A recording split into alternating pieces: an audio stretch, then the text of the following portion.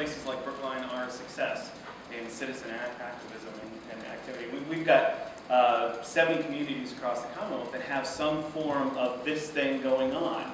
And it takes different forms in different places. You know, in Acton, they're very interested in recycling. In other places, CSAs were sort of the organizing feature. But this, to me, as a citizen advocate and a local advocate, this is a success. This is where the beauty of it is.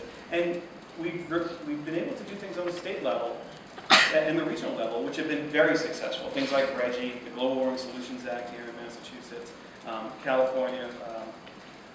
All these things work, and they're going to get at some of the parts of climate change. Now, what hasn't worked is national. And we've done one of two things wrong, and I don't know which one it is. First, we let politics trump science, but then we didn't play the political game. We thought that we didn't have to deal with politics. And I think Joe Rome said, no one's going to vote for climate until somebody loses a job over climate.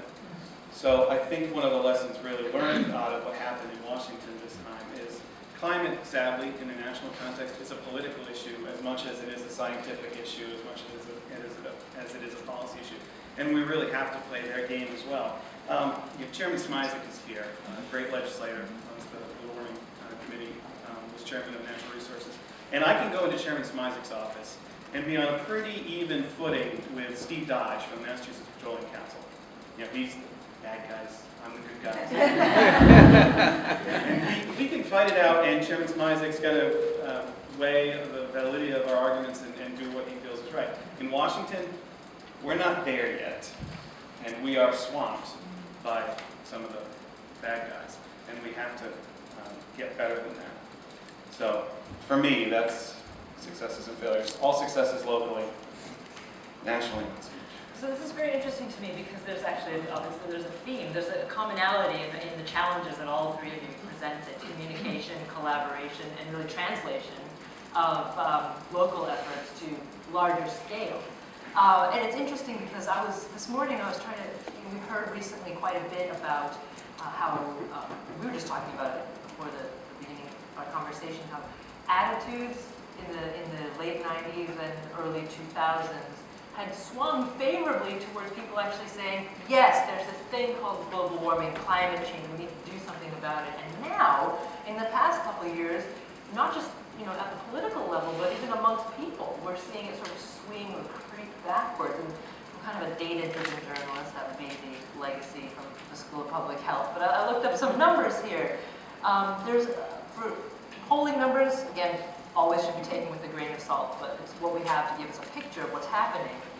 There's some polls, for example, from the mid to late 2010, so just last year, a Gallup poll, which says that 48% of Americans now believe the seriousness of global warming is generally exaggerated.